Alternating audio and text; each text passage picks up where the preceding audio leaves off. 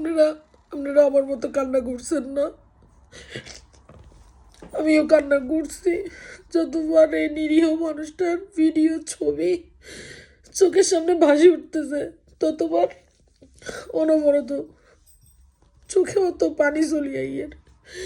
কেমনি পারলি ও মানুষটা হাতের উপরে লাঠি দি? আরে তোরা তখনও বুঝোস না এটা যে একটা মানসিক ভারসাম্যহীন লোক। তোরা করতেছ উল্টি যা, নিজে নিজে উল্টি যাইতেছে। তোরা করতেছ হাত সোজা কর, হাত সোজা করতেছে। আরে ও মানুষরা, তোরা কিভাবে পারলি একটা মানুষরা এভাবে মারিয়ে লাইতি? গত 2 মাস ধরেও অনেক সন্তানের জন্য, অনেক ভাই বোনের জন্য কান্না করছি। আজকে কালকে রাত্রে আমাকে এখানে অনেক সময় অনেক ভিডিও, অনেক নিউজ আমরা দেরিতে পাই, বা হয়তো বা সময়ের কারণে ফেসবুকে ঢোকা না হলে দেখি না। আমি তোফাজ্জল ভাইয়ের এই ভিডিও দেখার পর তো বিশ্বাস করবেন না, আমি কাজে গেছি, আমার কাজ করতে ভালো লাগতেছে না।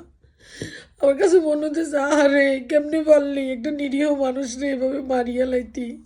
ছেলেটার মা মারা গেছে, বাপ মারা গেছে, ভাই মারা গেছে, আছে শুধু ছেলেটা। ওই ছেলেটারও তোরা মারিয়া লাইলি।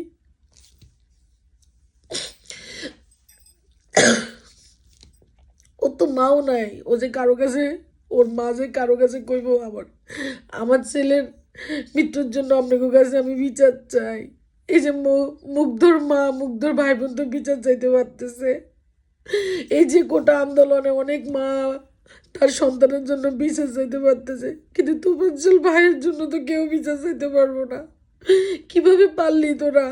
আজকে যে আমি এই ভিডিওটা বানাইতেছি না, এটা 2 দিন পরে আমারও মারিয়ে লাইতো হারবো, কবে তুই আমগরলে ভিডিও বানাইছিস কি লেগা? কেমনি পারলি তোরা? ঢাকা বিশ্ববিদ্যালয়ে এই জন্য রবীন্দ্রনাথ ঠাকুর কইছিল যে মূর্খর দেশে বিশ্ববিদ্যালয় হয় না। তোরা বিশ্ববিদ্যালয়ে তো রাজনীতি বন্ধ করা দরকার, বিশ্ববিদ্যালয়তে রাজনীতি করার দরকার নাই। কেমনি সম্ভব? আমাদের নেতা হজরত মোহাম্মদ সাল্লাল্লাহু আলাইহি সাল্লাম, এছাড়া আমাদের কোনো নেতা নাই, এছাড়া আমাদের কোনো নেত্রী নাই। কেমনি পারলি তোরা? আরে ভাত খাওয়াই তোরা লোকটারে মারি ফেলালি। আমার নবীজি কইতো যে শত্রু যখন আপনারে মারার জন্য চিন্তা করবো বা চিন্তা করে, তখন আপনাকে মিষ্টি কথা ভাত খাওয়াই বা খাওয়াই আপনাকে মারার জন্য চেষ্টা করে। বিশ্বাস করেন, আমি এই শহরে অনেক মানুষের ঘরে যাই না, অনেক মানুষের ঘরে চলি না, আমার ভয় লাগে এরা আমারে মারি ফেলাইব। আমি প্রকাশ্যে শত্রু দেখছি, আজকে তোফাজ্জল ভাইয়ের প্রকাশ্যে আমি শত্রু দেখছি। আল্লাহর কাছে বিচার দিলাম।